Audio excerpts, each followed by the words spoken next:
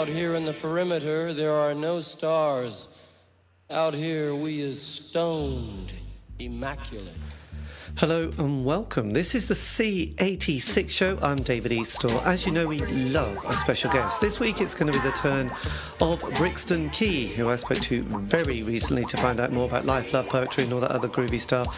Has had a very long and varied and interesting life career, starting on the streets of London in the 60s, writing for the Melody Maker under the name of Mark Plummer, and then went on to, well, basically this and that, but also became the manager of Chris Isaak, who went on to have that massive hit called Wicked Game, and has written a book about 10 years ago, titled, he says, Charlie 6. I will put a link to his website in the notes below, so you'll be able to access some more information about Mr. Key. But in the meantime, this is the interview, so after several minutes of interesting but casual chat, we get down to the exciting subject of the early formative years. Brixton, over to you. I was born in 1951, right after the war, during rationing. And my dad was a criminal, so the only sort of beat he knew was cops. Right. But my mum was a huge fan of Ray Charles. Maybe not at that time. Was Ray Charles out in 1951? I can't really remember, actually, but she was a big fan of swing music. And my brother was, I think he was 11 years older than me. Right. And he was a big fan of like Muddy Waters, Louis Armstrong, Cy Laurie, the British scene, more sort of Ackerbilk.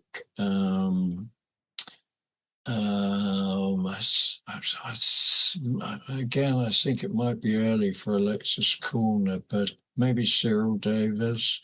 Yes. And Chris Barber.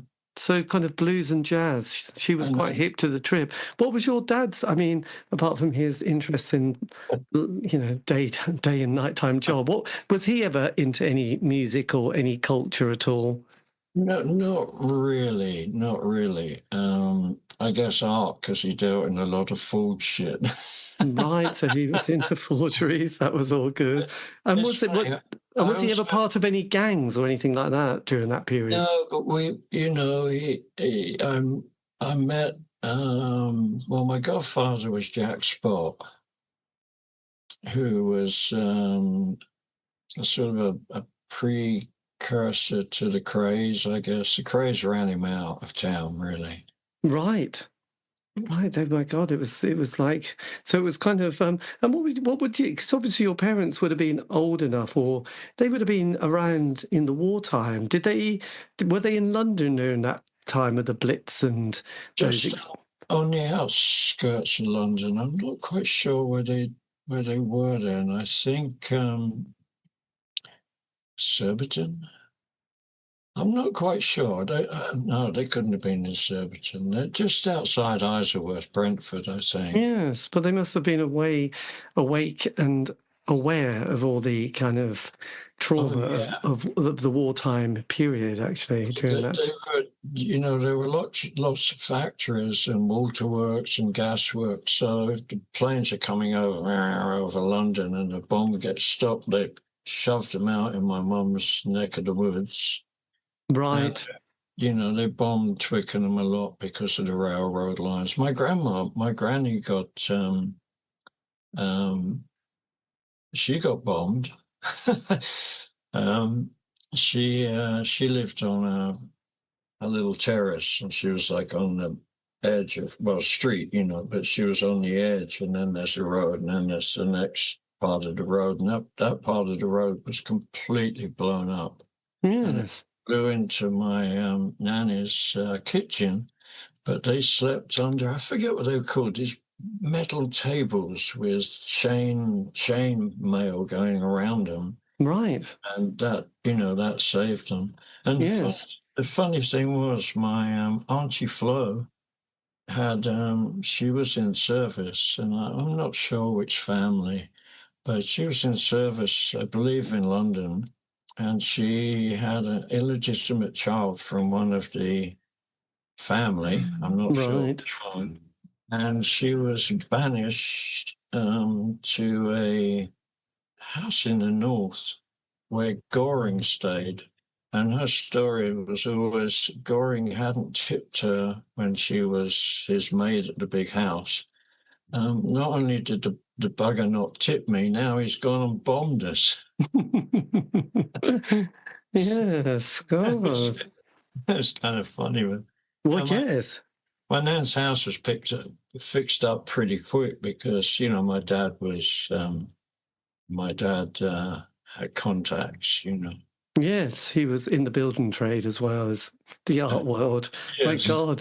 Were you ever close to your dad? Did you get to sort of know him as you were growing up? Did he feature much in your life? Well, yeah, it was weird. I was an accidental child. My mum got bombed when she was giving birth to my sister. One side of the hospital bomb dropped on right as my mum was giving birth to my sister Susan, who was a breech baby, and my mum's insides got ruptured by the instrument they were pulling my sister out with. Right. And she was told, they'd never have any children. And 10 years later, hello, here I am. Yes. So you were the youngest of three with quite an age difference then. Youngest of three, yeah, 10 years. My sister, 10 years. She was a big modern jazz fan. She liked, like Miles Davis and stuff. So it was, I had a really cool musical background, frankly. It was pretty broad, Yes. And was your brother, did he have that kind of influence? Did he start getting into things like the Beat Generation and certain writers as well? Oh, God, yeah, they were beatniks. I mean, they were definitely beatniks. They dressed like beatniks. They did whatever beatniks did, Yes. My sister was in fashion, so she always looked unbelievably great, Yes. But my dad, when I came along, my parents' marriage was really terribly on the rocks, and then, of course, I guess the excitement of a new baby, Yes. kind of pulled them back together again. But by the time I was 6 years old, we were living in a pub in London, central London, in Holborn. They split up. My dad, I don't know how, but he got my custody. Unfortunately, he got my custody because the judge, knowing his background, told him I had to be sent to a boarding school. Right. Which my dad also had told me I was going to a boarding school before that, because I was I was like an incorrigible little kid, And he was like, you need some discipline, son. And then a year later, he just disappeared off the face of the earth. Right. So my mum and I sort of went from, kind of, lots of money. In Goodfellas where she goes shopping, he gives her. Yes, he gets the wads and she gets just a little bit more. Yeah, that's like that's like being home. Well, I saw that. I was like, whoa. And the end of that was like being around my dad when he was leaving. So I got sort of stuck at boarding school, which was absolutely no fun. And my mum had no money. She was sort of like holly-go-lightly. It was a kind of crazy childhood, Well, yes.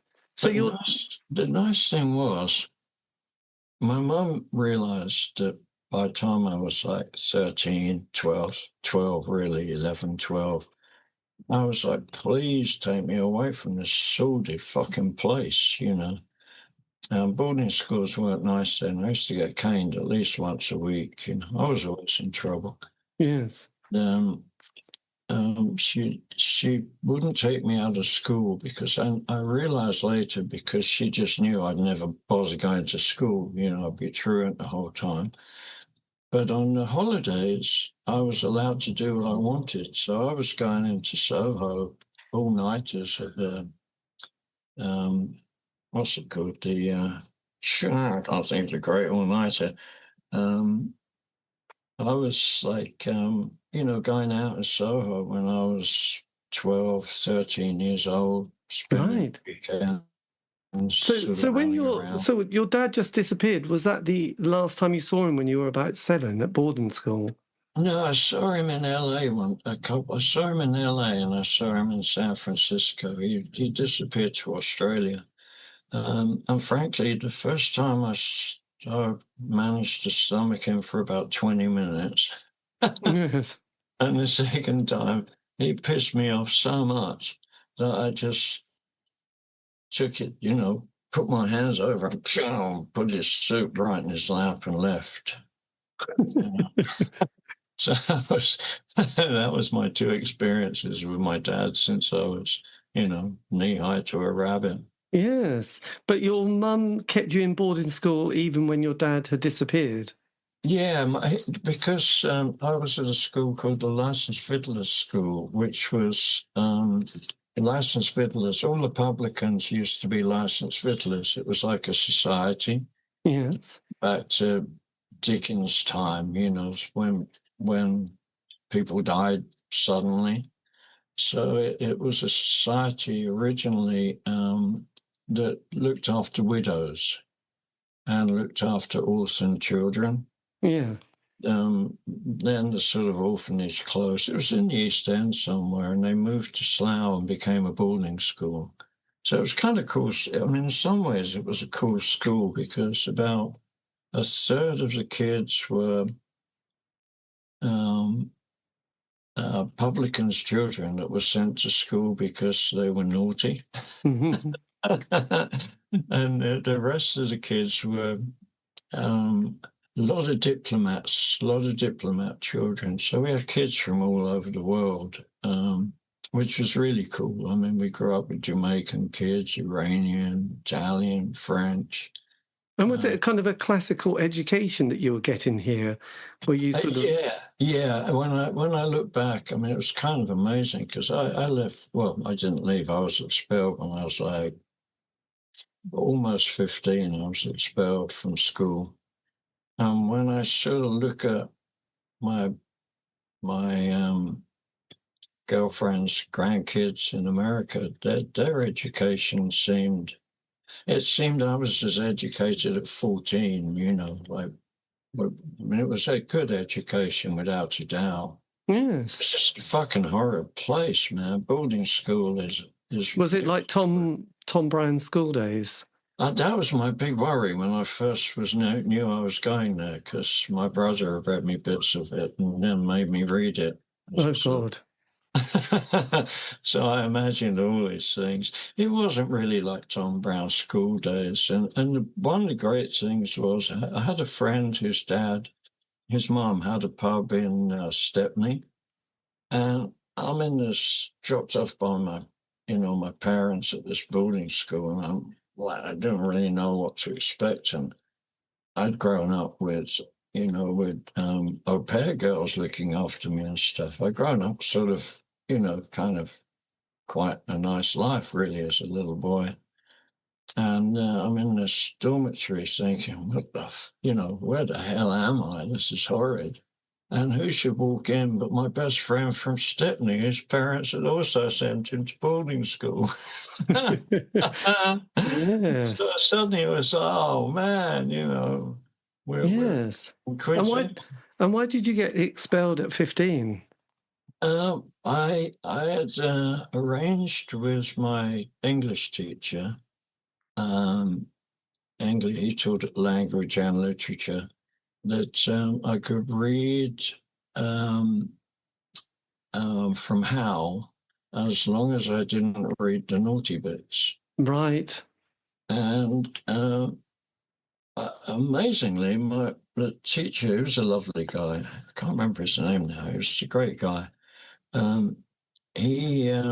He got the flu and he couldn't take the class, and the headmaster took the class, and I thought, okay, this is it. So it was like, you know, the motorbike angels of the night being fucked up the ass by, and I just I picked every bad bit because I knew the poem so well, and he just was like, shaking with rage, and the class was like, what the hell's going on, you know? Yes, well, He there you stood up go. and he was like, my study boy, you know. And I thought, I think I'm going to be expelled because I used to get sent home for, you know, a week for smoking and stuff. But I was a good sportsman, and I also Right. had a Guinness scholarship, so I wasn't the sort of kid you really throw out of school, you know. But this time I really did get expelled. God, that's a bit harsh. But anyway, look, 15, so you didn't do O levels or whatever they were back in the 60s. So No. this is like about 65. I mean, this is like the sort of the explosion of pop, rock, psychedelia was all happening. Were you conscious of all the kind of the change of blues and jazz to sort of... Yeah, I was out every night. On school holidays, I was out the whole time. I mean, from my sister took me to see the Stones. My sister used to take me, she was a really pretty woman, and she used to take me to gigs with her some gigs, when I was little, and she'd seen Mick Jagger in Richmond and said to a friend, woo, he's beautiful, you know. And a friend said, oh, they're in a band called the Rolling Stones. So she was going with her boyfriend. He couldn't make it. And my sister used to take me to sing sometimes because when guys hit on her, she could introduce me as her son. Excellent. Which immediately got rid of the guy, you know. Yes. I want that, you know. And so the first band I saw was the Stones, and I'd never really seen slide guitar. Right. It was like, that's how they get that sound. I mean, it was remarkable. And Yes. then you know, I like pop music, but it always, I mean, there was so much crap around, you know.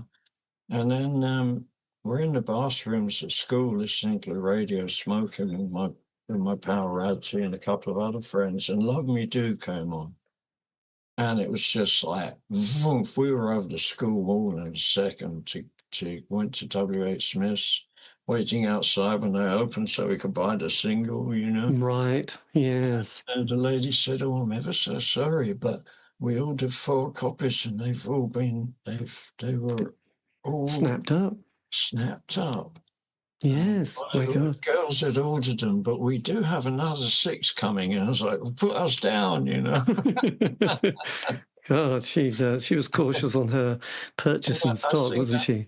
That was like the changing moment in my life. At that moment, it was like all I wanted to do was listen to music and be involved in music. And did you get involved in going to those, like Joe Boyd put on those nights, didn't they? UFO, and there was people like Barry Miles and John John Hopkins, who was all part of that crew, Indica Books and stuff like that. Did you start sort of go into psychedelic love-ins and dropping acid? Sort of went from a mod quite quickly, I think, to growing longer hair and dropping acid and smoking. Well, I smoked a lot of pot, really, from when I was about 8 years old, because Right. my sister used to have her beatnik friends over in her bedsit. Like my summer holidays, I was kind of like a gypsy. I'd stay with my mum for a few days, and my nanny, and my grandma, my auntie, my sister, you know. I just sort of moved around. Yes, well, God. And then sort of 66, 67, you know, it's coming up to the summer of love. So you're not at school. Have you got some other daytime occupation at this stage? Did you go to work or apprenticeship or? Oh, no. I left, when I left school, my mum said, well, you got to get a job. And my uncle said, I know where there's a job, and called someone, and they said, send the boy down, and went down, did an interview, and I got a job drilling holes. I forget what I drew now, but it's a piece of metal. It comes on the conveyor belt, and I go wow like this. Okay. And this is the most awful thing. I was just like, I shouldn't be back at school doing this. This is awful. And when the Yes. lunch bell rang, I'm pulling the handle down. I'm about halfway through the hole, and I finished the hole. And the union guy came over and said, "You can't do that. When the lunch bell starts, you stop." And I'm like, "But I was just filling the hole, man." And he goes, "You can't do that. And I quit. And I went home. My mum said, if you're not going to have a real job, you have to go out on your own to find out what it's like if you don't work. Right. Sure. And I guess, aunties, uncles, grannies and stuff all gave me a few pounds each. I got off the tube in Notting Hill Gate, 2 suitcases with all my clothes very nicely folded. And I had an apartment that evening, and I think in those days it was probably about £3 a week rent, so you needed about £3 and about £6. So you paid a week and a week in advance. Yes. So And you're then about 17, 18 at this stage. no, I was 15. 15, my God. And so so it's a bit different parenting then to what it is like now when kids never leave home, isn't it, really? Well, people got jobs. I mean, people working in coal mines at 14. Well, yes, actually, that's right. My dad left school when he was about 14 or 15 and had to bike about 4 miles in all weather to start working. And you think, God, when you meet a 14-year-old now, 15-year-old, they're tiny, aren't they?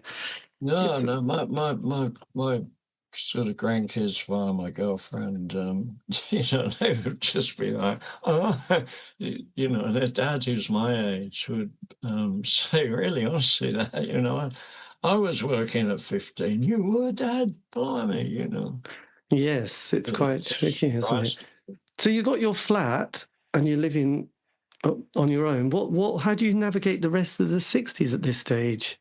Well, I knew so many people in Soho that I just sort of got, I kind of lived off my wits. So I ran lots of errands for people. People would ask me, could you run this over here? I was like a freelance messenger boy. Yes. And I get half a crown, 5 bob. Actually I was doing quite well. And I also knew a lot of Jamaican guys that dealt drugs. And so I'd always get kids coming up to me. I guess I looked like I knew where you could get drugs. And Right. I would tell them, wait here or there or go in the, coffee bar or something. And then I'd take one of my friends would come in with me, and they had different prices. If you were like an East End kid, London, I think they were probably threepence for, amphetamine. And if you were sort of had a more home counties voice, they were sixpence. Right. If you were unlucky enough to come from Leeds or somewhere, then I think they'd probably charge 9pence or a shilling, and I would get a piece. Well, I would get some pills in exchange, which then I could sell. So I did okay, Yes, I God, never had to pay to go anywhere because all the clubs, I got in all the clubs free, And were you sort of tuned in? Was it International Times and Oz magazine? Were you still curious and tuned into the kind of the counterculture at this stage with long hair and thinking about, My girlfriend, that's sort of in the senior years at school, we sort of drifted apart. Obviously, when you leave school, boarding school's a long way from wherever you live. But I'm out one day and there's Sally. Oh, Sally, how are you? And she was writing for IT. Right. So there you go. That's amazing. And did you Yeah. do any of those kind of events? There was like I think it was June 1967, there was the 14-hour Technicolor Dream at the Alley Pally. Did you go to any of those kind of happenings? I went to them, but I went to a couple at the Roundhouse. The best happenings I went to were what art school was it? One of the art schools had like happenings at the Roundhouse and other places. They were a little bit more fun because they were more arty, Yes. It was like, not only tripping, but actually machines blowing bubbles and things you could go down where lights flashed, and it was kind of more trippy. And what was your kind of band or album of choice at that kind of psychedelic period of the 60s? Ooh, boy. Probably, I mean, like Aftermath, God, it's so hard to remember times and things, but Pink Floyd, um, Stones, Beatles. I like the Jefferson Airplane Yes. a lot. I thought they were sort of super. I saw them quite a few times. I never was really into the Grateful Dead. I like the Quicksilver Messenger Service. Yes. And It's a Beautiful Day. That was a lovely record with the strings and everything. And the Yeah. Incredible String Band I liked. Oh, so you got into this, every 5 years I try and listen to the Incredible String Band, and it still eludes me. The Hangman's Beautiful. It's still, I kind of want to like it. I even did an interview with one of the women who brought a book out a few years ago, and she was lovely. And she was just amazing, story, that community. I mean, very artistic, but it's still, did you see them live at all? Yeah, quite a few times. Yeah, they were really great. It was just super. I was a big fan of Burt Yanks and John Renbourn. I used to go see them. A And lot there of was an amazing guitarist called David Graham, wasn't there, as well? Oh, And he was super, man. Yeah, yeah. he was the business actually at that stage. Yeah. And what about Donovan and Dylan, people like that? Did they come onto your Oh, radar? Dylan, definitely. I mean, actually, when I think about this, I heard Dylan before the Beatles. One of my friends' dads was a big collector of blues. He had an unbelievable collection of 78s and early country stuff, hillbilly music. He When he was a kid, he lived near Bushy Park, which was a Right. huge tent city with American servicemen. And he used to go shine shoes for black guys and hillbillies and stuff. He would shine their boots for them. And when D-Day came along, because he liked the music, he was given so many records because they couldn't take the records with them. Yes. They were able to bring them, 5 or 6 each kind of thing to England, but then they gave them to my friend's dad. Wow, that must have been the best record collection ever, actually. Oh, it was great, and he brought Bob Dylan's album because of "See My Graves Kept Clean." Right. Just on wow, he looked cool. He bought it, like the whole vibe. And I saw it and I thought, oh man, this is amazing, the cover, because he looked like Oliver Twist, Yes. And we put it on. It was like, oh, it was breathtaking. I played that.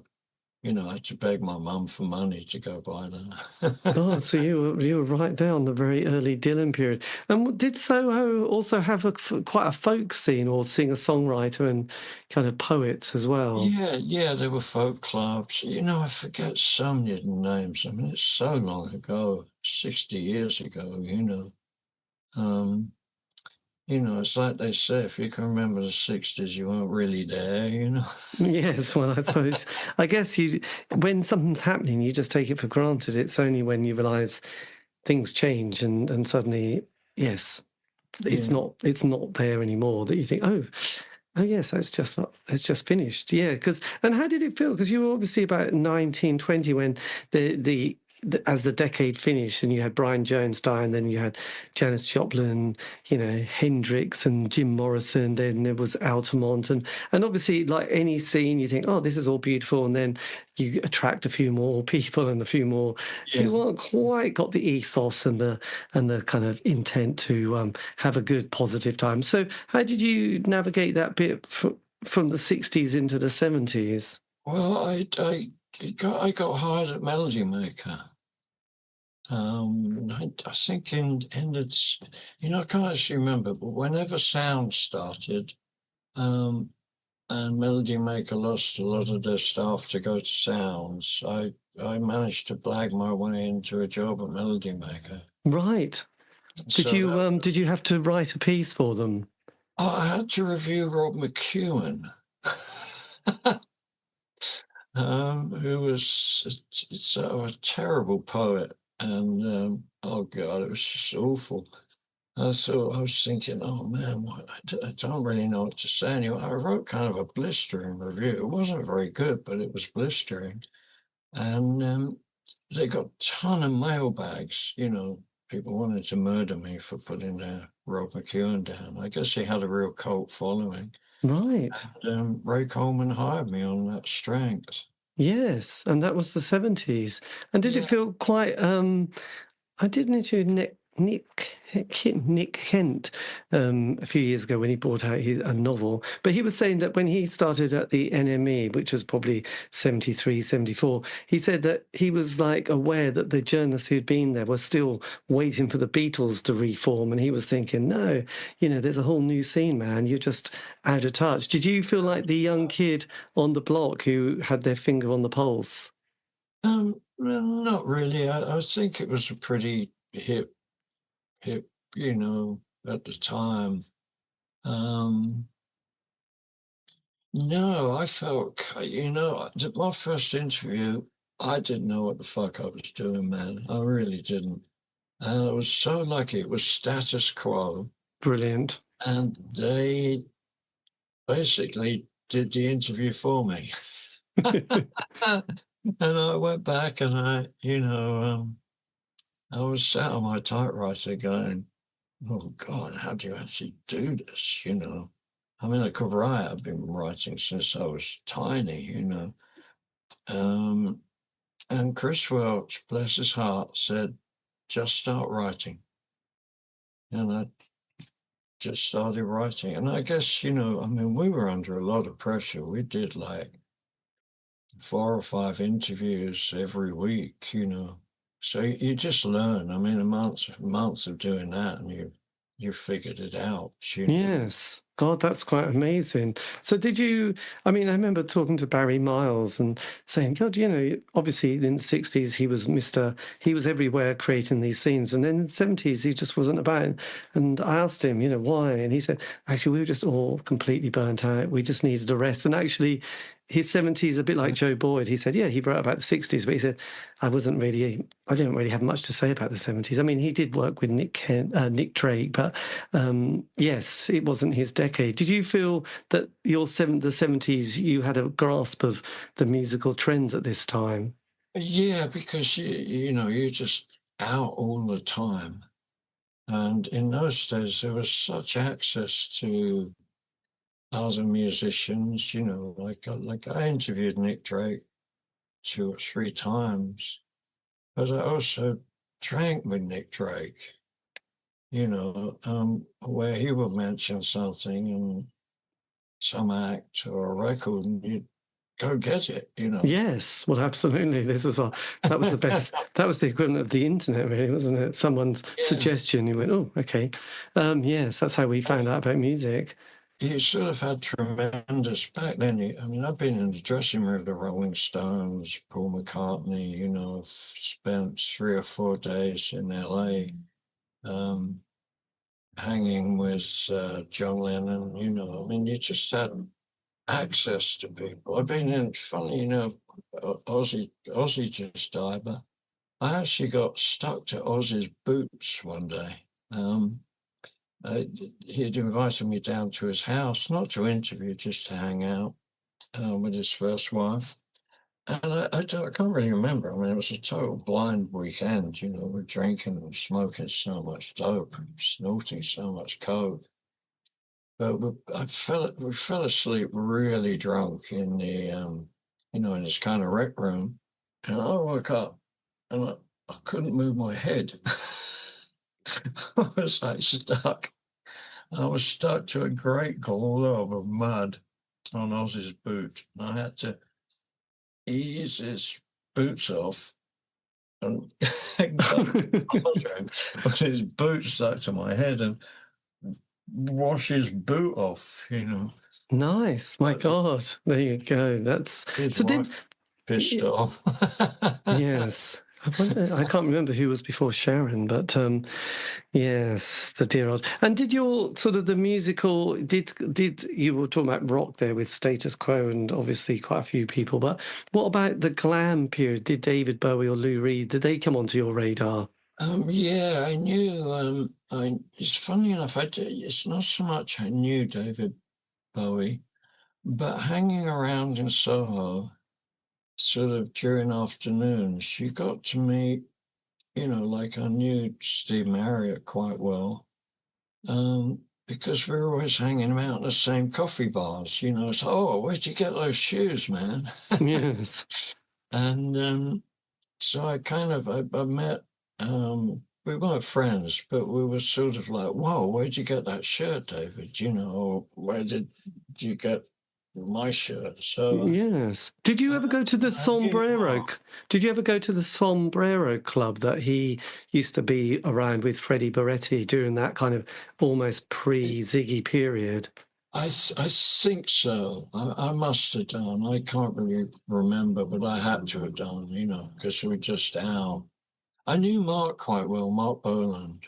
Yes. You know, right when I knew Mark from when he was on, you know, Tyrannosaurus Rex.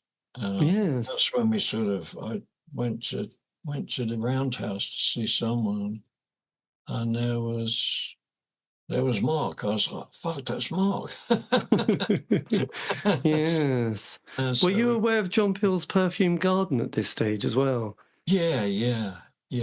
That was, you know, John Peel was a cool guy. I mean, he was someone that was always turning you on to new things. Well, yes. I know his producer, John Waters, said that if John Peel reached puberty, we'd be in trouble. And I think he managed to keep that enthusiasm of a 16-year-old who, yes, just was always looking for that new record by a young band, which is just brilliant because you need stamina to keep interested. And he was always my go-to person that I would just say, I'll just listen to the Peel show and he'll do the work for me. And, you know, it'll be a reggae track or an African track or indie pop track that you think, oh yes, that was worth listening to. So he was a brilliant person. He curated his show so well. And then yes, and then as the 70s progressed, did you keep excited with things like prog rock coming in and then sort of like no. No, not really. I mean, I liked Keith I loved them nice. Oh, they were great. And you know, I sort of liked the LP because I liked Greg Lake's voice, but I think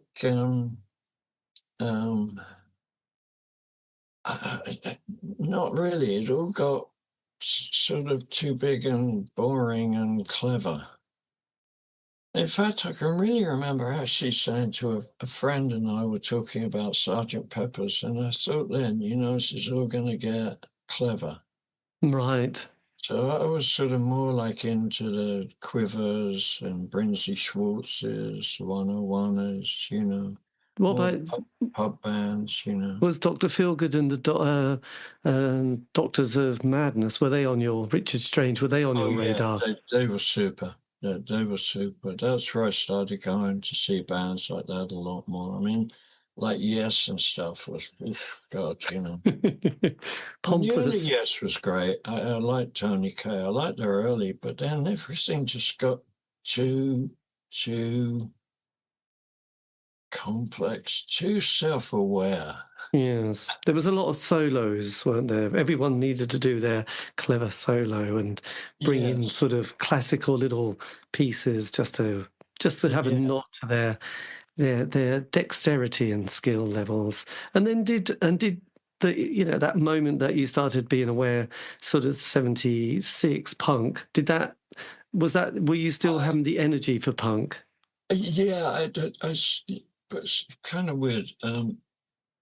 I saw The Clash, I think at the ICA, and it was just like, boom, light bulb went off. This is fucking great, you know. I mean, it's just absolutely fantastic.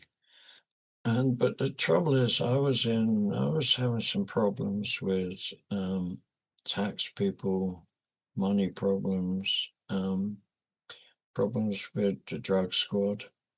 And my mum said, I think you should go back to America. I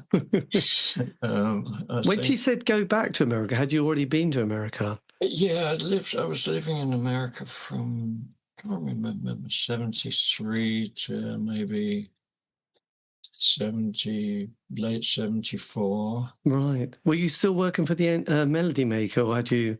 No, I was just hanging out, really having fun in LA. Right.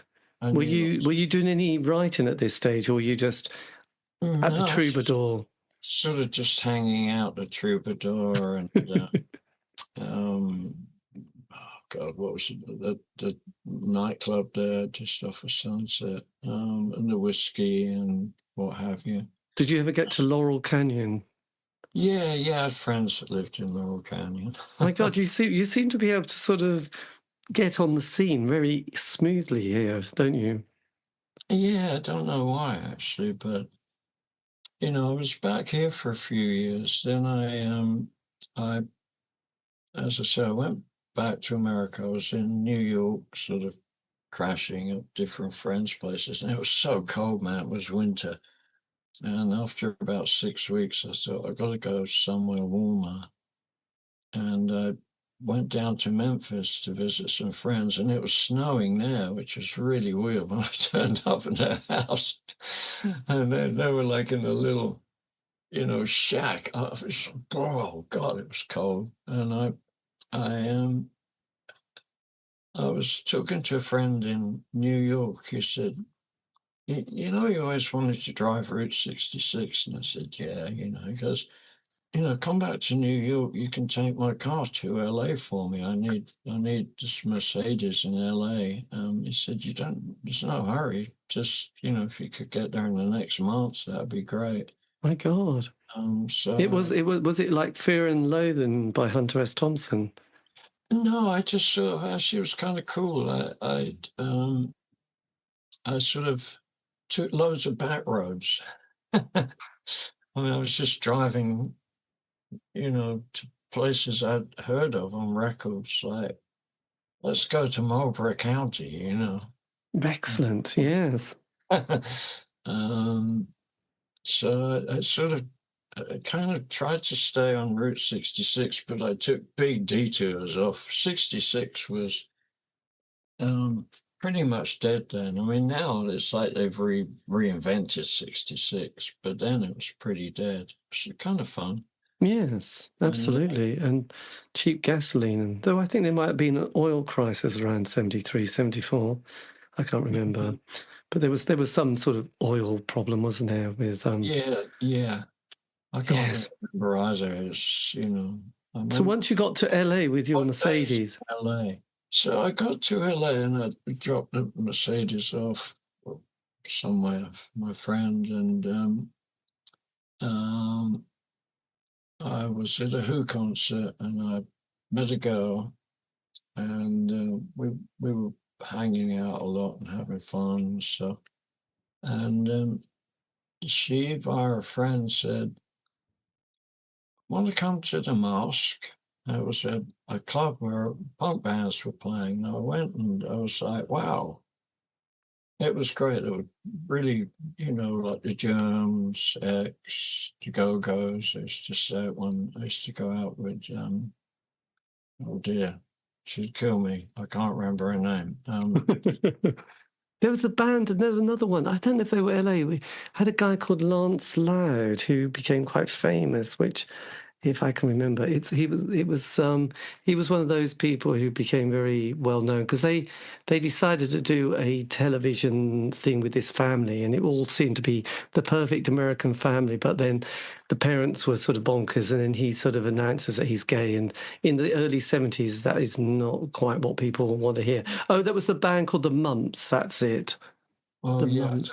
don't know that. But they were slightly on that kind of scene. They might have been a bit later. But anyway, so yes, The Mask. It was a punk. I love like the Germs. The Germs were great favourites. The Plugs were super. And there were some really great bands there. The Avengers out of San Francisco. Oh, yes. There was no audience for it because America wasn't like England, I mean, people had rich parents and cars and Yes. it didn't really make a lot of sense, And No. then I was helping bands book and getting publicity and not really managing, but most of those bands didn't really have managers, so I was kind of helping them, Yes. actually living above the Mosque, which was underneath the cinema that showed Deep Throat 24 hours a day. Right. Well, there you go. Interesting audience underneath your window. Yeah. I was kind of squatting. There was a mosque in the basement and a porno theatre, and I was squatting in Cecil B. DeMille's old cutting room. Right. Blimey, Which Cecil is B. great, I have to say, this is fantastic stuff, isn't it? Really. So Yeah. then, did you then at that stage then go back to England, or had you come No, out of? I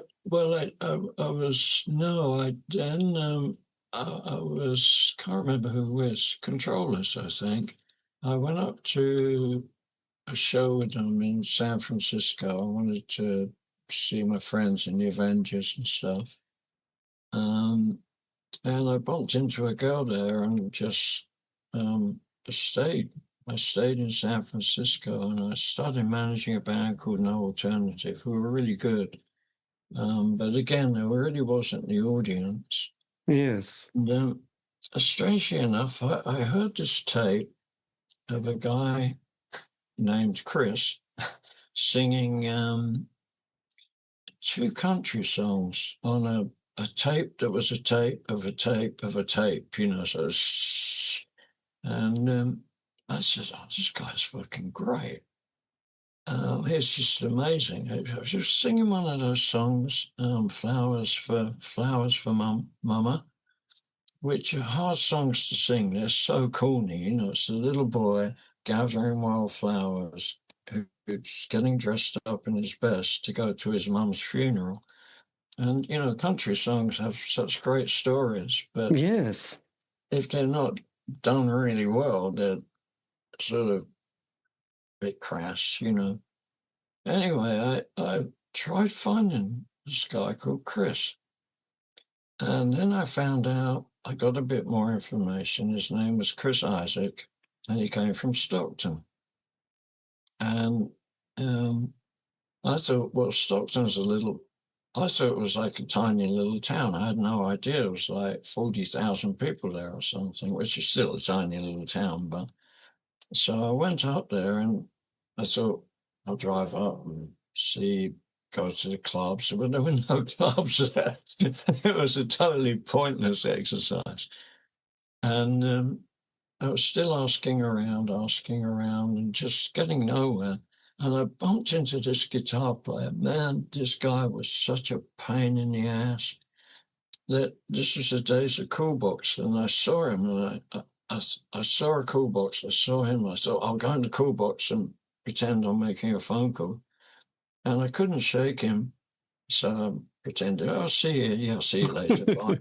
Phone down. I said, hey, man, what are you up to? He goes, I'm working with this guy. He's amazing. His name's Chris Isaak. And I went, bang, you are fucking kidding me.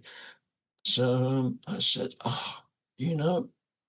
made up a story. I forget the story, but I made up a story that maybe Chris wanted a guitar from someone and I needed his telephone number. And I phoned Chris and I said to him, hi, he said, well,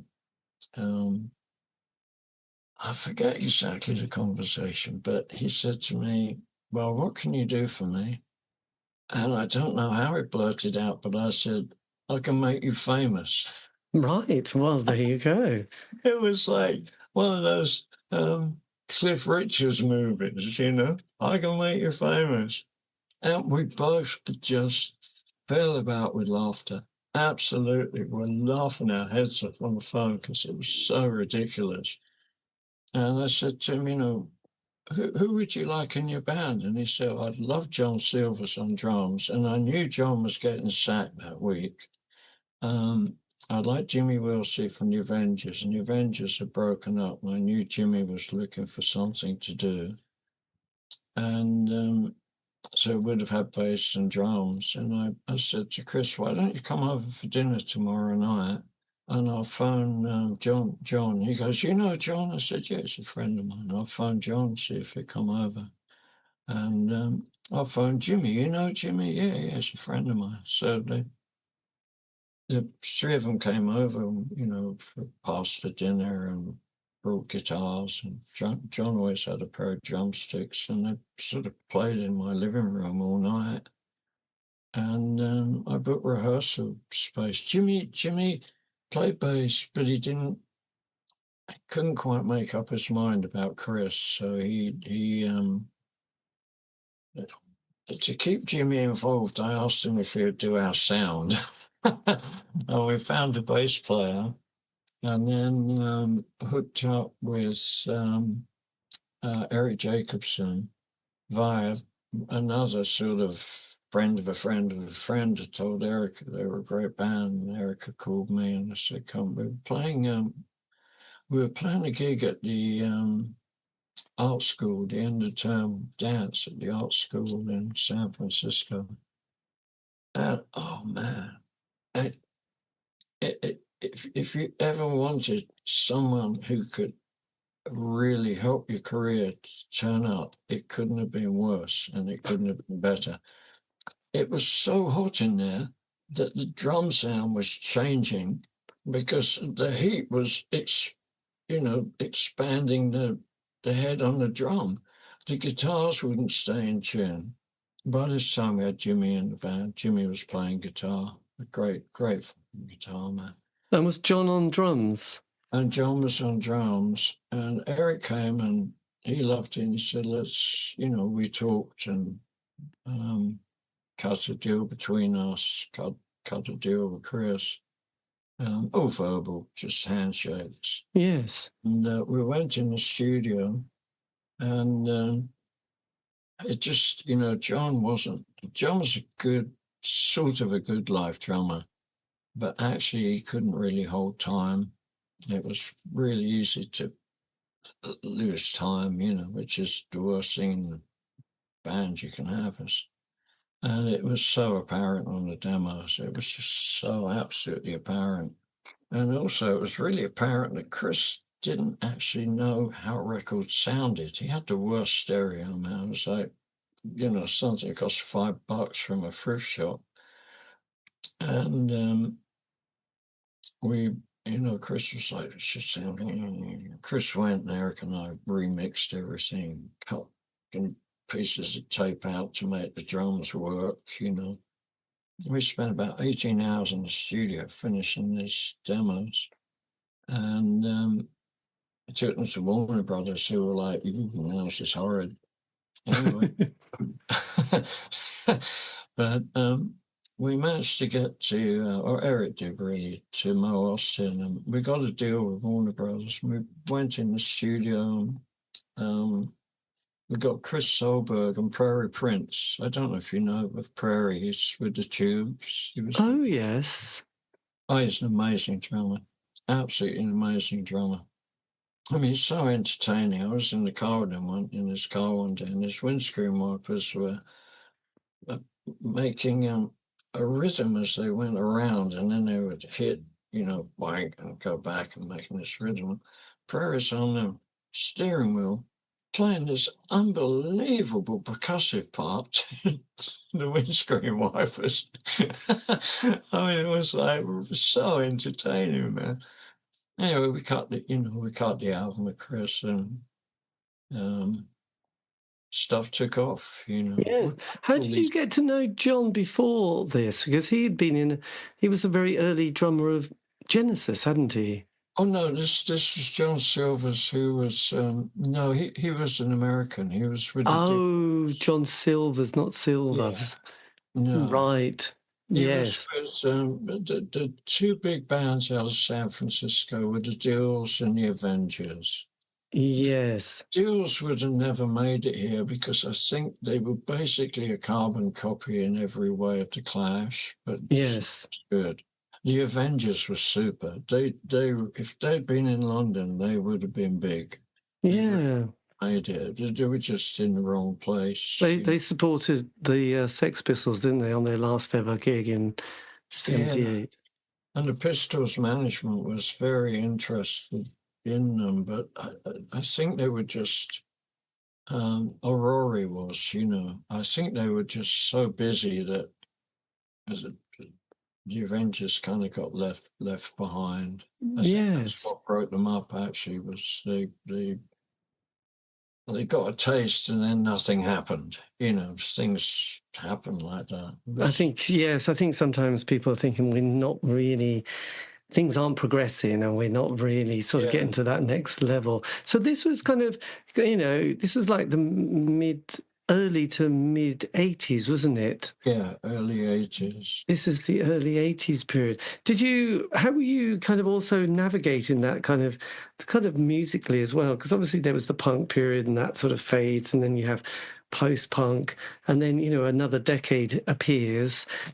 Were you still really enjoying music at this stage? Because there wasn't, because Dwight Yoakam happens a bit more kind of later. There isn't that many people that sound like Chris. Dwight, actually, we knew Dwight because he was signed to Warner Brothers to Reprise, I think, the same time as we were. God, he had a great guitar player whose name escapes me. Absolutely one of the best guitar players I've ever Was Charlie Sexton around at that stage as well? Yeah, Charlie was fun. I used to see Charlie all over the place. He was a crazy kid. He was out gigging when he was like 11 or something. I think he's still with Dylan, isn't he? Actually, I think so. Yeah. Yeah. And were you picking up how to be a manager at this stage? By the way. Well, when I was in America and then I came back to England, I had a job in publicity. I was actually offered a job by a friend of mine, an acquaintance who I bumped into in LA and said I could really do with you in England. This is, he was at Pi Records and they were talking about starting this new label, and really the only thing that happened was we signed Ian Dury. Right. To Kilburn and the High Roads, which was great. Ian was super. He's such a great guy to be around. He was really fun. The band, the Kilburn and the High Roads, I thought were just absolutely super, super duper stuff. Yeah, there were some. Joe Jackson also had this incredible band, didn't he? And just like players that you listen to the bass or you listen to the saxophone, or they just knew how to play live, didn't they? Yeah. And on the studio as well. But when you listen back to those records, they are like, God, that's a lot of stuff going on to these players. Yeah, I don't think the records ever quite caught what they had live. It's hard to I have to go back and play them tonight and see. Yes. But the bands like Nine Below Zero, who, again, live was stunning, but on record, it's like, it's all right. It's not going to sell 1 million, is it, really? So, but if you saw them live, it was like, God, what a band. But yeah, I just listened to sometimes Joe Jackson's first album, Look Sharp, and you think, God, these players are stunning. And same with Ian Dury and people. So, yes. So you got your sort of management chops by sort of, all your other activities that you'd been involved with. Yeah, I mean, I was more like good at promotion and knowing how to put things together. I've never been a very clever businessman, or I'd be kind of wealthy now. But I was, I knew how to get things happening. With Chris, all the bands, it's just always a thing I never could understand. And with American bands, it was like, well, if we only play once a month, then people really want to come see us. But I thought, if we, I grew up sort of with Small Faces playing, short runs places, with The Who playing every Wednesday, with bands playing, what do you call it, where they'll be on every Wednesday. Oh, a residency. Residencies. Yes. So we started playing a lot with Chris. It was better than rehearsing. You got paid, and you learnt your chops in front of people a lot faster than sitting in a rehearsal room. Yes. Although we were lucky because most of the bands had real jobs, so they would rehearse in the evening. And we made friends with a really great guy, had a whole bunch of studios in a big warehouse, which is now $1 million loft apartments. But at the time, it was just a big rundown fucking warehouse place. And he used to let us rehearse there for free during the day because he couldn't rent the space and he liked the music. Right. So it was great. We had like free rehearsal. It didn't cost us anything. I mean, we'd buy in, beers and things, but and then we just played our asses off. We took any fucking gig. I mean, it didn't matter. It was $20 for the night. We took it, Yes. And Chris got a lot of girl followers.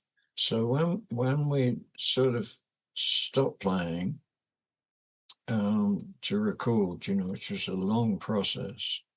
I mean, Chris didn't really know what he was doing. We had to send him for some singing lessons, which is common, I mean, he had a great voice, but it's actually how to use it. You do kind of need some help, lots of people do anyway. And we took a lot of time recording in a really little studio, $10 an hour studio, instead of going into, 100 an hour. Yes. So we could leave everything set up and just turn up when the band felt like it. It was a nice way to work. They were very loyal, weren't they? Because they must have been wondering if this was a gig that was going to pay their any lifestyle, really, wasn't it? I mean, it wasn't at that stage looking that amazing. We were drawing. I think we were drawing about $600 a week, and then in that lag time for the album to come out and stuff, we started playing. Actually, we were making a lot of money. We were playing places like Club 9 6 nights a week to 600 people a night at $7.50 a ticket. That's actually good money, and I think we were getting 75% of the door. But we started in the tiniest club. It was tiny. It could hold 75 people. And the word got out, and there would be like 200, 300 people trying to get in every night. And that's what really did it, because people wanted to see Chris, even if they'd never seen him. The word was out. And you couldn't get any more people in. This place you had to smoke with your cigarette above your head. Oh, right. You had to have an umbrella God. over the soundboard because of the condensation falling onto the soundboard. Was it his looks that people were just getting, and MTV? Was that all helping? It was MTV. Chris had a good look, and they were a super band. I mean, they really, really, really were tight as could be. We found a great bass player. Found Jimmy was playing guitar. We got. I was out with the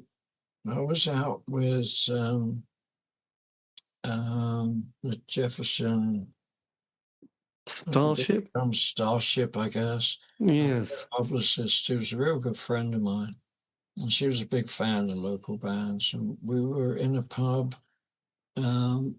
where the Boys of the Lock had played a gig. Oh, yes. We'd been to see the Boys of the Lock, and then they invited us back to a pub they were just going to hang with, where loads of friends were going.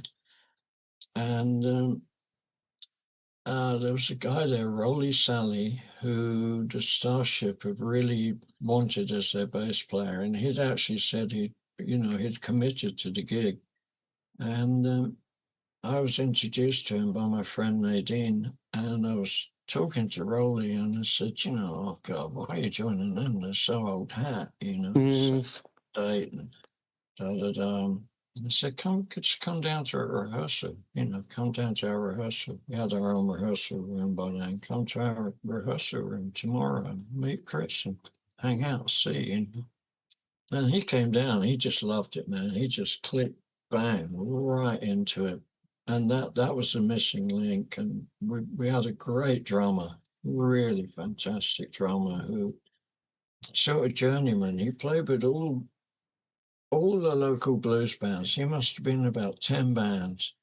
And any time a blues person came to town, needed a pickup band, he was the drummer. Yes. We've just got so lucky, man. And he loved the music too. So we suddenly had a really good rhythm section. Blimey. And that was just, it just really, really, really was great. Yes. God, And that's everything for me, actually, tell you the truth, it got sort of boring. Chris was a guy of habit, and I got sort of bored. And then I had a brain aneurysm, 2 of them, boring. Was that in the 80s? Yeah, late mid 80s. I bought a house by then, and I just sort of stopped working with Chris, and I was looking for something else that would be fun to do. And I bent down to pull out a weed, and boom, my head blew up. And I kind of knew I had a brain aneurysm because my sister had died of one. Oh, God. And my great uncle, my grandma's brother, who I look spitting image of. I mean, it's amazing. Even, I have pictures of him like 70 years before I was born or something, but he was a spitting image. My grandma always spoiled me because he was her favorite brother. Yes. And he died. He was an operetta singer. He had one hit record. He was in New Orleans. He told his dresser that he wasn't feeling very well. Please don't let anyone in the dressing room. And the dresser banged on the door and said it's time to go on. Apparently he stood up and dropped dead.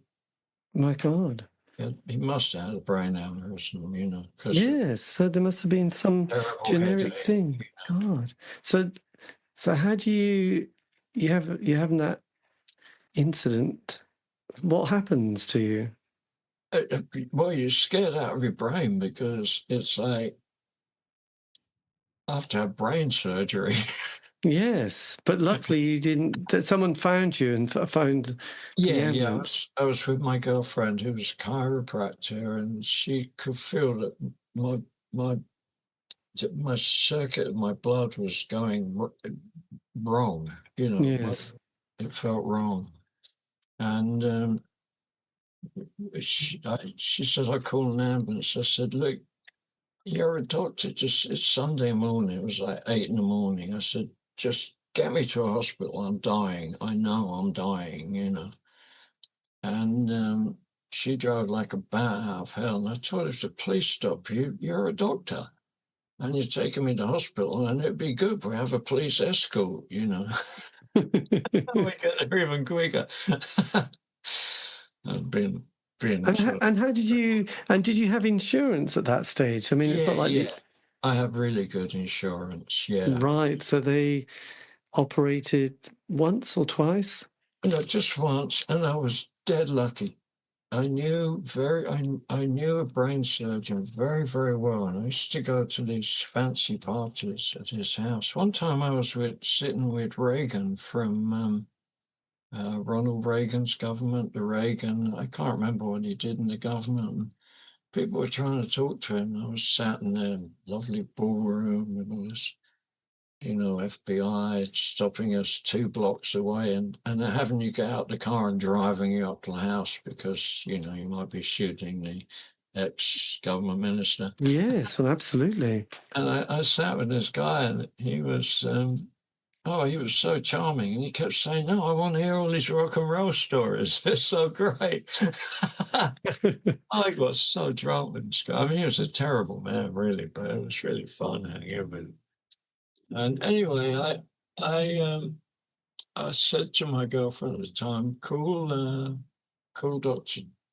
Chang, and see, because I didn't like the brain surgeons at all. He was like, well, doctors are hard to like, Yes. in those situations. But he seemed like a bit of a know-it-all. I don't know, I just didn't feel that comfortable. Anyway, Dr. Chen told my wife, it was amazing. He said, I trained Peter Weber. He's the finest surgeon I ever trained.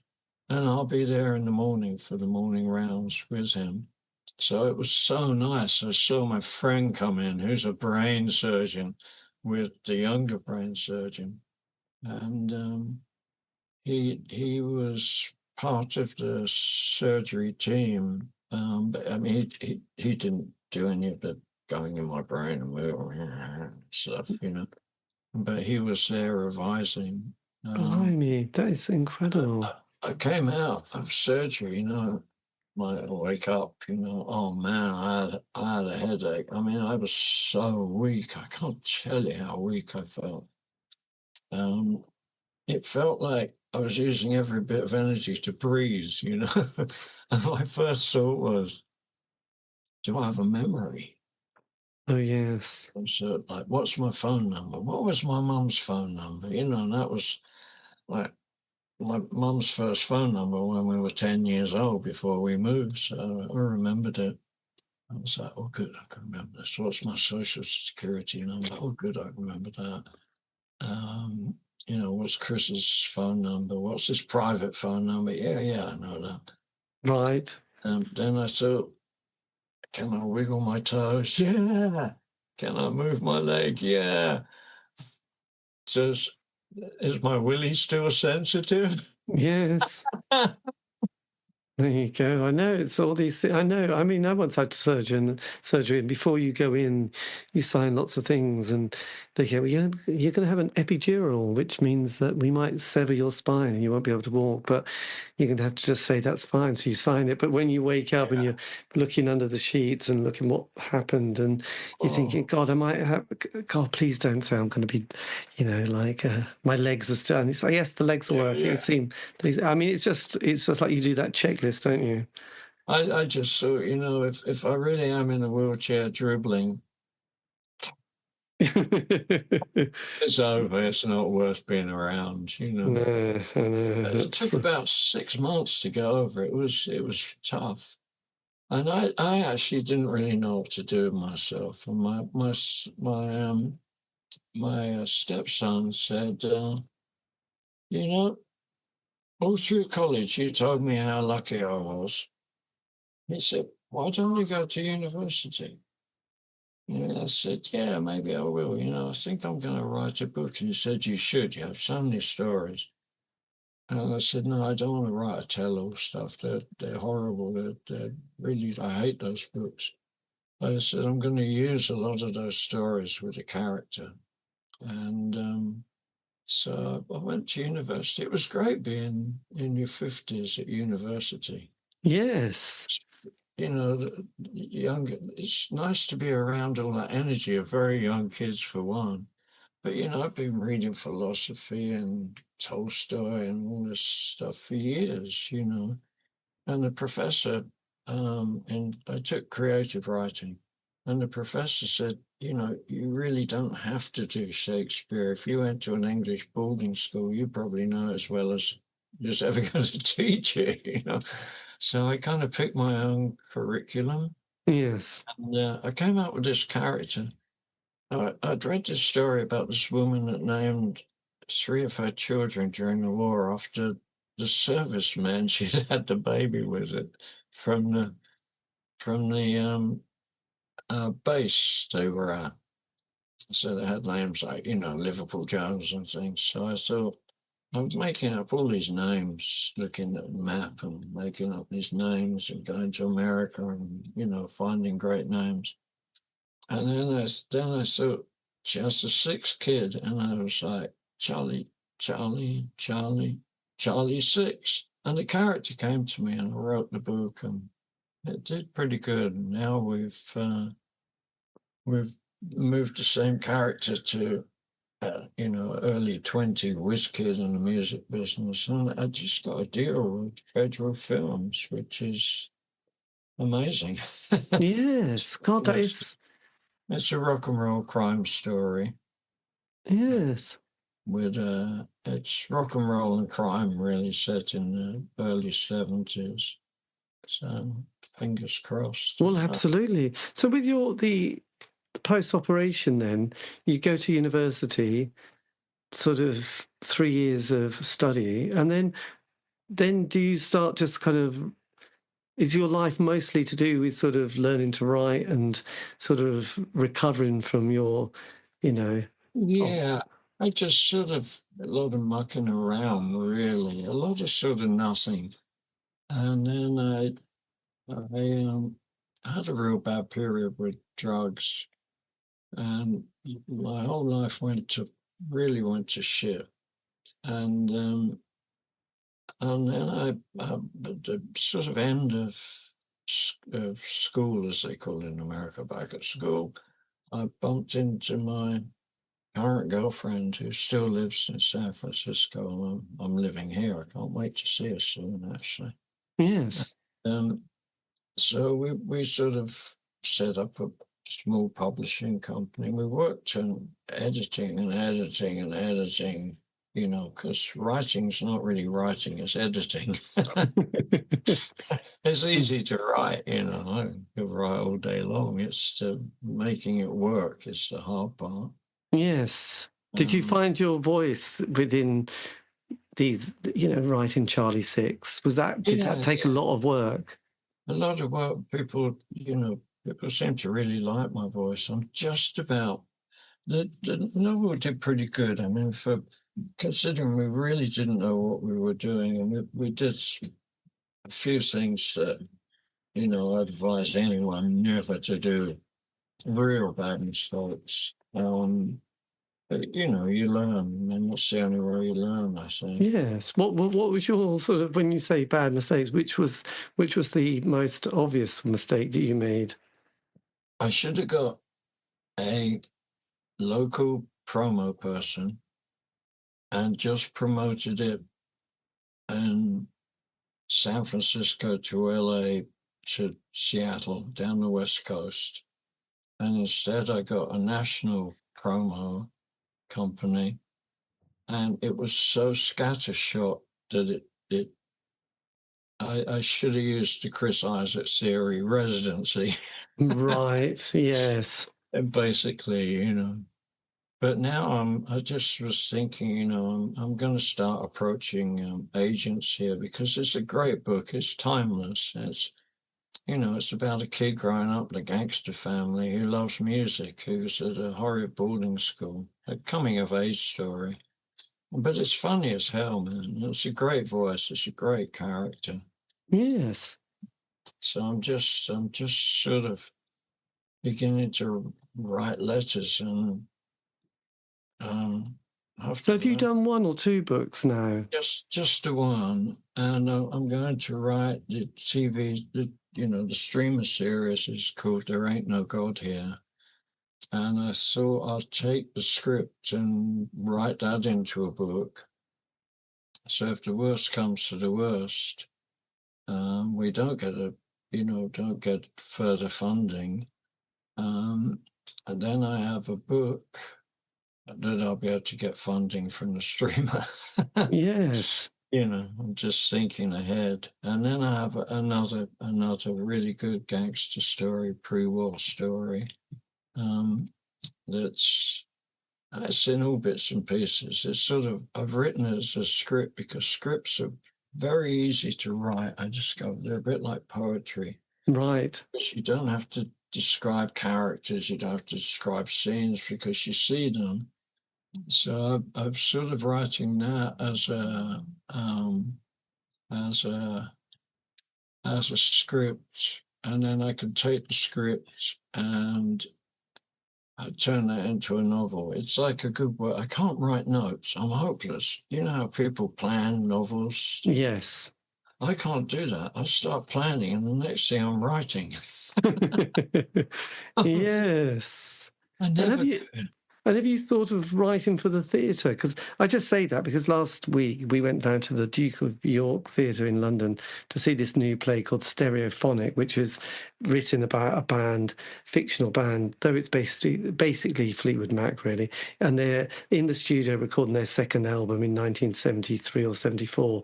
And it's this kind of, the stage is set with the mixing board, so you're looking at the producer, engineer, and the band are behind the glass case behind that on the stage. And it's just quite an interesting thing. I just thought with your writing and all your stories, I just wondered if theatre would also be something that you would be quite tempted by.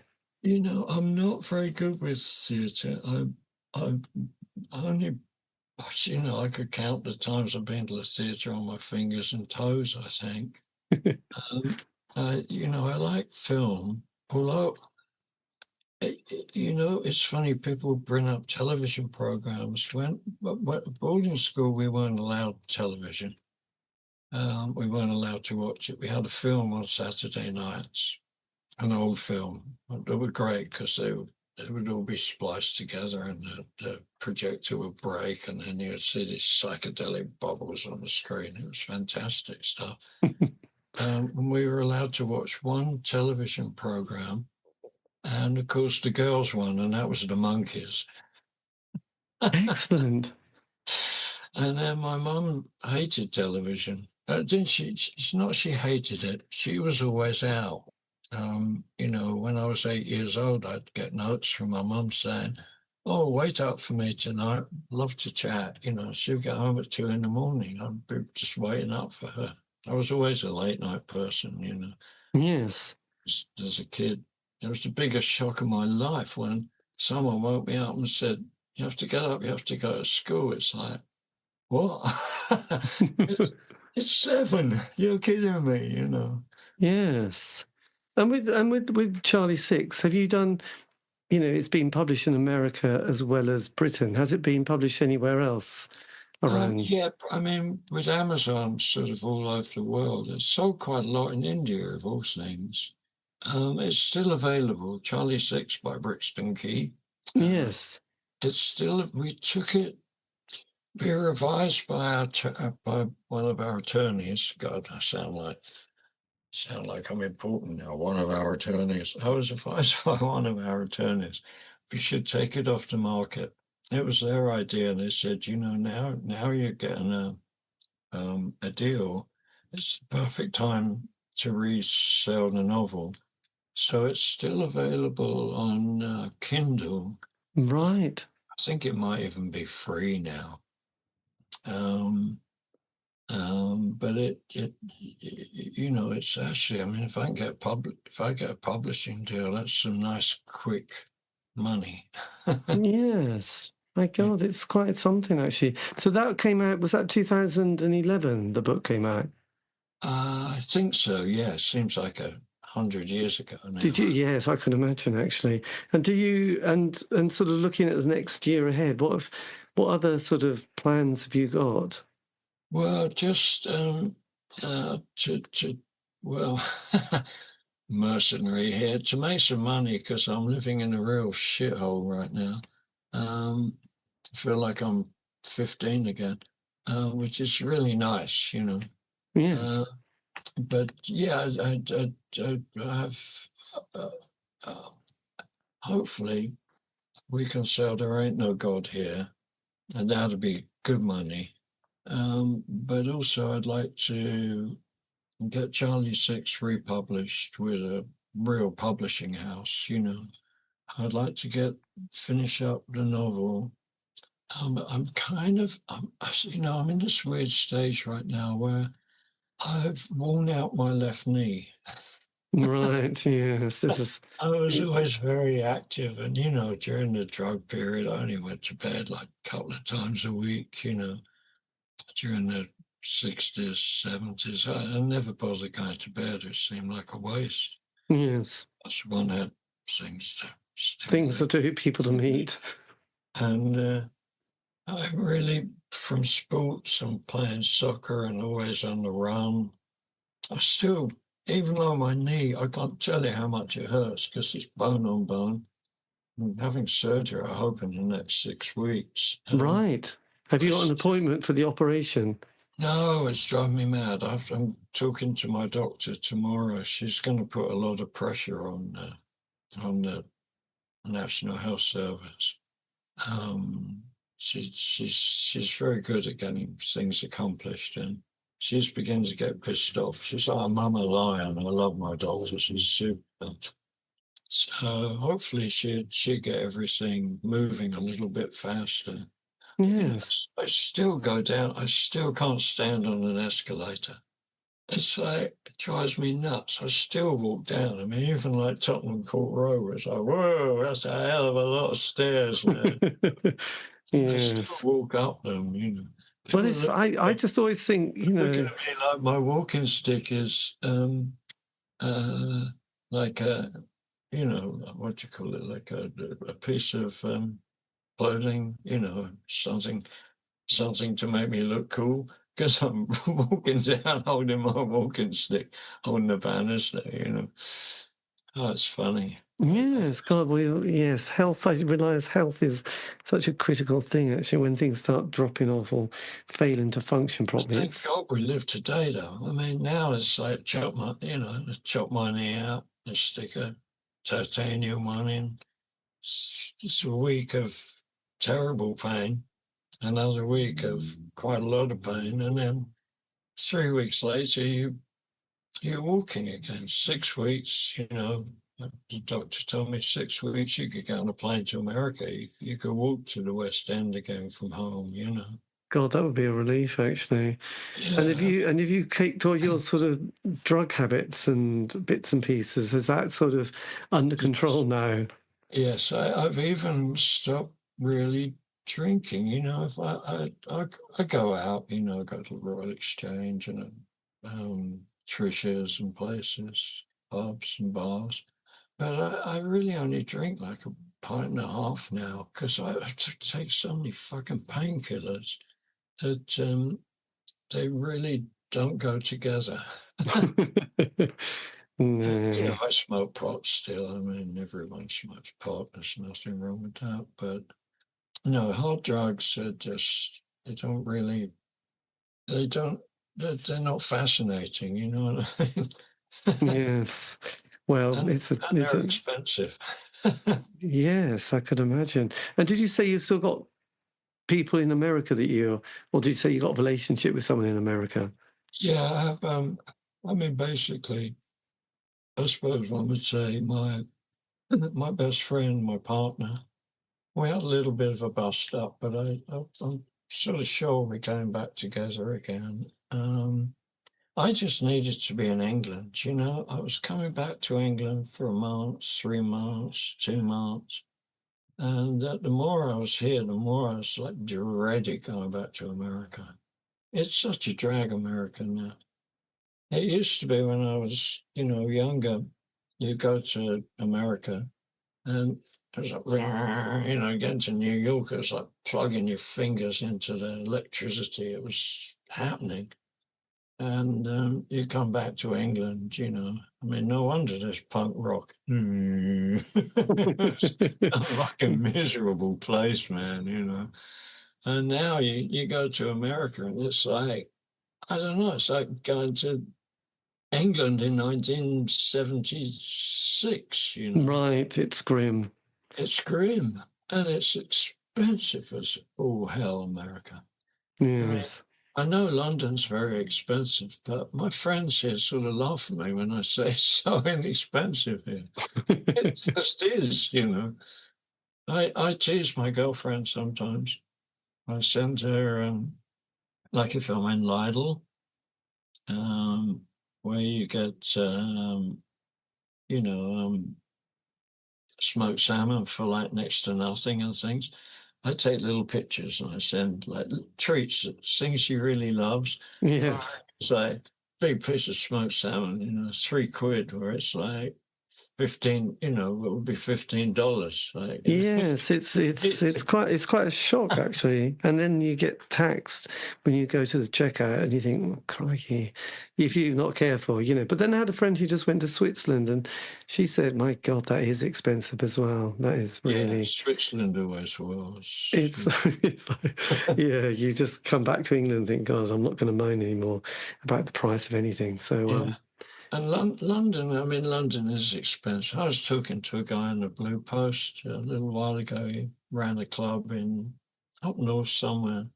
And he was telling me if I charged these prices in my club for a beer, no one would ever come. It didn't matter who I put on, they wouldn't come, Yes, that's always... And he was telling me when I visit Wigan, I think it was Wigan, he said, when I visit my dad in Wigan, it's like $2.50 a pint. God, that's like the 1980s. Yeah. I was like, wow, actually, I think it was $3.50. I think I'm exaggerating, but it was like, you're shitting me. It was, whoa, God, Amazing. And did you just almost lastly, did you ever meet Lemmy on your travels around London and LA? Was he ever on your radar? I met Lemmy quite a few times, and oh God, I cannot remember the name of the club just off of Sunset in Los Angeles, and I was in there every night forever. Was that where he would hang out and play? Yeah, where all the English bands used to hang out. I just can't, not being an Iron Master, I can't remember the name of the club. It's terrible. We go off into a car park. It's just not there. But yeah, I met Lemmy there. He was always a great character. Yes, I could imagine. Great. Was it the Rainbow Bar and Grill? That's it, the Rainbow. Yeah. That was like a haunt, And yes. I think I'd met Lemmy when he was with Hawkwind. I interviewed Hawkwind a few times. I always liked Hawkwind, actually. I thought they were fun. Yes. Dave Brock, Robert Calvert. Yes. I think Lemmy sort of was more in America about the same time that I was in America. Yes, he did quite an interesting sort of relocation, really. And I don't know when he moved there, but I think he was playing there a lot more than here. There's more money. Well, yes, absolutely. And nicer weather, I guess, I suppose. Yeah, it's quite an interesting move, actually. But look, thank you ever so much. This has been amazing. And it's such a fascinating life. So, yes, so if you want, I can always give you a link to the interview show. And then you can always... Please, yeah. You can always use it on your social media platform sites. I think you've got a very good website, actually, haven't you? So, but yes. My wife said, my girlfriend said, make sure you get a copy. And yes, well, I will. I'll send you a copy, and then you can put it wherever you want. And well, look, thank you. Let me know when it's coming out. You know, It should be very soon, otherwise it gets lost in the time, really. The wibbly wobbly time warp. So yes, well look, thank you, and I hope it all goes well with your knee. Actually, I know these things are they don't sound much for someone else, but when you have some issue, it's the only thing you can think about. So yes, I hope that goes well. But look, thank you for your time. My girlfriend had 2 new hips, and it was amazing, man. She was out of bed the second she came back from anesthesia. She was up walking. And 2 days later, we were walking to the store slowly and carefully as she was walking to the store. So modern science it's amazing. Yeah, they can do things. It's only it's a pretty simple thing. And I heard the shoulders are worse. I know Joe Montana, the great 49ers quarterback. And Joe has 2 new knees, 2 new hips, and a shoulder. And he said, the hips are simple, the knees a bit harder. But he said, oh man, the shoulder was, even for a guy that's, used to being hurt and very good, obviously, an athlete at following through with all the exercises. He said, oh man, never have your shoulder done. Right, yes. And he's like, all the exercises they give you, do them faithfully. And I'm like, I'll pretend I'm you, Joe. He goes, yeah. Yes, I know. It always seems a bit like, I'm sure that won't make any difference. But yes, just a bit. I had the same back surgery he had, and it took me about 3 months to get really back on. I had a slip disc. And he had that same surgery, and he was playing 3 weeks later. It's like, oh, I can't imagine being hit as a quarterback after that back surgery. Yes, I would be very tentative and upset if anybody even on the sidelines, because I used to be on the sidelines for 49ers games. A friend of mine works for them, and that was. You had to have your wits about you on the sidelines because guys are pummeling off, Yes, God, that must have been amazing being that close to the action, actually. Yeah. All those guys, when the 49ers were winning everything, with Joe Montana and Steve Young, they all loved Chris Isaak because of all the pretty girls. Yes. So we got to know them really well, when one of them, one of the cornerbacks, he used to tell me, you've got to be my bodyguard. He had a horrendous injury. He'd broken a bone right up in the crotch area that there's no way it could be mended. It was a tiny bone. He said, man, I can't even fornicate. It hurts so much. I was like, no wonder you're so vicious on the field. But he used to say to me, you've got to protect me. Don't let anyone put an arm around me, because you know how people come up, they see him, and they say, Eric, I'd be like, no, can't touch him. I was up in my head if there's this guy that could pick me up with his little fingers and tear me into pieces, and I'm his bodyguard when we're out. That's quite sweet, really. It's kind of reverse roles, really. It was very funny. You must have looked like an odd couple, actually. Yeah, well, he's thin as me, just arms like this, but thin guy. Yeah. Really thin, and tall, and vicious. Blimey, the 49ers. Yes, well, look, thank you so much. Have a great evening. And also, yes, I'll keep in touch, but I'll take care. Yes, take care of yourself. See you later. Bye-bye. Thank you. It was fun. Thank you. Bye. Bye. Bye. And that, dear listener, is the end of the interview. A massive thank you to Brixton for giving me the time for that. This has been the C86 Show. If you want to contact me, you can on any of the social media platform sites. Just do C86 Show and my name. And all these interviews have been archived on Spotify, iTunes, Podbean. It's true. Have a great week. Stay safe.